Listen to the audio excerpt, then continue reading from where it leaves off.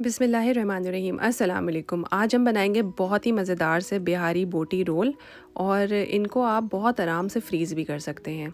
इनको बनाने के लिए थोड़े से ज़्यादा इंग्रेडिएंट्स की ज़रूरत है, लेकिन यकीन करें आप होममेड मसालों से बनाएंगे तो इनका टेस्ट बिल्कुल ही डिफरेंट होगा और आप मुझे दुआएं देंगे कि मैंने कितनी अच्छी रेसिपी बताई है। तो इसमें से मोस्टली मसाले तो घर में अवेलेबल होते हैं। इसमें कबाब चीनी और पीपली, ये दो ऐसी चीज़ें हैं जो अवेलेबल नहीं होती हैं। तो अगर आप चाहें तो इन्हें ख़रीद के अपने पास स्टॉक में रख लें, वरना इनकी जगह आप काली मिर्चों का इस्तेमाल कर लीजिए। लेकिन जो ऑथेंटिक बाज़ार वाला फ्लेवर है वो सिर्फ़ और सिर्फ इन्हीं से आता है। तो ये मीट है और इसको देखें मैंने कितना बारीक कटवा के लिया है।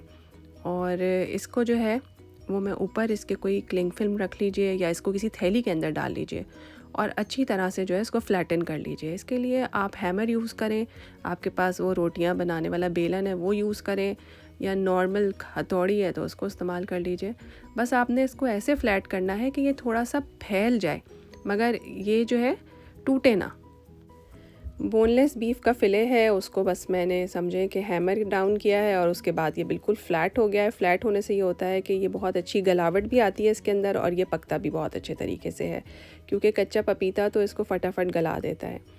तो जो मैंने सूखे मसालों की आपको लिस्ट बताई है इंग्रेडिएंट में, और डिस्क्रिप्शन बॉक्स में भी दे दूँगी इसकी पूरी तफसील, उनको आपने जो है वो अच्छी तरह से पीस लेना है। ये आपका जो है वो बिहारी कबाब मसाला तैयार हो जाएगा। और घर का बिहारी कबाब मसाला यकीन माने बाज़ार के बिहारी कबाब मसाले से बहुत बहुत बहुत मज़ेदार होता है।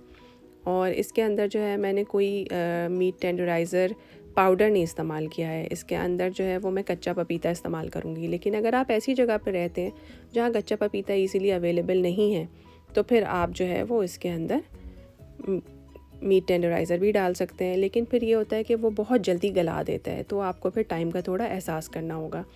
बस इसको मैं मैरिनेट करके रखूँगी। आप चाहें तो इसको सुबह लगाएं और शाम में बना दें, और या फिर शाम में लगा के रात में फ्रिज में रख दीजिए। तो इसी स्टेज में इसमें ऑयल भी ऐड करेंगे। ऑयल से ये बहुत ही सॉफ्ट हो जाते हैं। ये ब्राउन हुई हुई प्याज है, आपको पता है मेरे पास हमेशा रखी हुई होती है। आप ब्राउन प्याज कर लीजिए और उसको उसके तेल के समेत ही डाल दीजिए इसके अंदर। दही है, दही में कोशिश करें कम से कम पानी हो, और ये भी इसको सॉफ्ट करेगा, मॉइस्ट करेगा, और बहुत ही ज़्यादा जो है वो जूसी कबाब तैयार होंगे।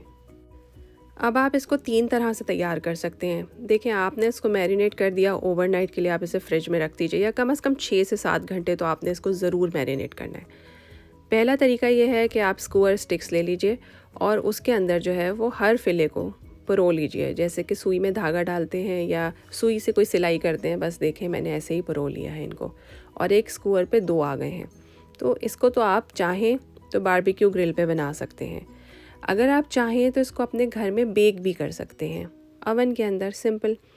मैं कुछ जो है वो बारबेक्यू ग्रिल पे बना रही हूँ, ये आपके सामने रिज़ल्ट है। फॉइल मैंने इसलिए रखा था ताकि ये ग्रिल के साथ चिपक ना जाएं, मिनटों में तैयार हो जाते हैं।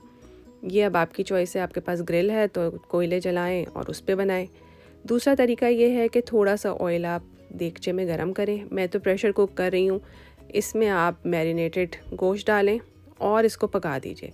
चाहे तो 5 मिनट का प्रेशर दे दें या फिर इसको ढक के पकाइए, तो गलावट इतनी ज़्यादा है इसके अंदर कि नेक्स्ट 15 से 20 मिनट में ये बिल्कुल तैयार हो जाएगा। तीसरा तरीका ये है कि आप अपने अवन को जो है वो 200 डिग्री सेंटीग्रेड पे प्री हीट करें और उसमें इसको पकने के लिए रख दीजिए। थोड़ी थोड़ी देर बाद जो है वो इसको आप मूव करते रहिए, ऊपर से नीचे आप इन्हें हिलाते रहिए, तो ये अच्छी तरह से पक जाएंगी। और ये देखें, जो मैंने देगची में बनाया है उसका पानी खुश्क होने लगा है, और बिल्कुल आपने इसको ड्राई कर देना है। इसका तेल सेपरेट हो जाए तो ये तैयार हो जाएगा। तो तीनों में से जो तरीका आपको पसंद है आप वो इस्तेमाल कीजिए। अवन में बना रहे हैं या देगची में बना रहे हैं, इन दोनों तरीक़ों में आपने इसको कोयले का धुआं देना है। कोयले का धुआं देना मैंने आपको बहुत दफ़ा दिखाया है कि कोयले को अच्छा लाल कर लीजिए, इसके ऊपर थोड़ा सा बटर या ऑयल डालें, और जैसे ही इसमें से धुआं निकलना स्टार्ट हो आपने ढक्कन ढक देना है। तो जो धुआं है उसकी सारी खुशबू गोश्त के अंदर चली जाएगी, तो ऐसा लगेगा कि आपने वाकई इनको सीखों पे बनाया है। तो घर के अंदर ही बिहारी बोटी आप बहुत अच्छी बना सकते हैं। बाकी ये सिंपल पराठे हैं, जैसे आप अपने घर में आटा या मैदा गूंदते हैं उस तरह से गूंदें, कुछ नहीं डालना है उसके अंदर, और पराठा सेक लीजिए। उसके ऊपर मैंने मेयोनीज़ लगाई है, ग्रीन चटनी लगाऊंगी। सलाद आप अपनी मर्ज़ी का इस्तेमाल कीजिए। बिहारी बोटी रखिए इसके ऊपर और इसको रोल कर दीजिए। मज़ेदार से बिहारी पराठा रोल जो हैं वो तैयार हो गए हैं। सबसे मज़े की बात यह है कि आप इनको फ्रीज़ भी कर सकते हैं इस हालत में। आप निकाल के डीफ्रॉस्ट करेंगे, माइक्रोवेव करेंगे, ये बिल्कुल ऐसे होंगे जैसे फ़्रेश हैं। उम्मीद है आपको ये रेसिपी पसंद आई होगी। अगर इस रमज़ान में आप इन्हें ट्राई करेंगे तो मुझे ज़रूर बताइएगा।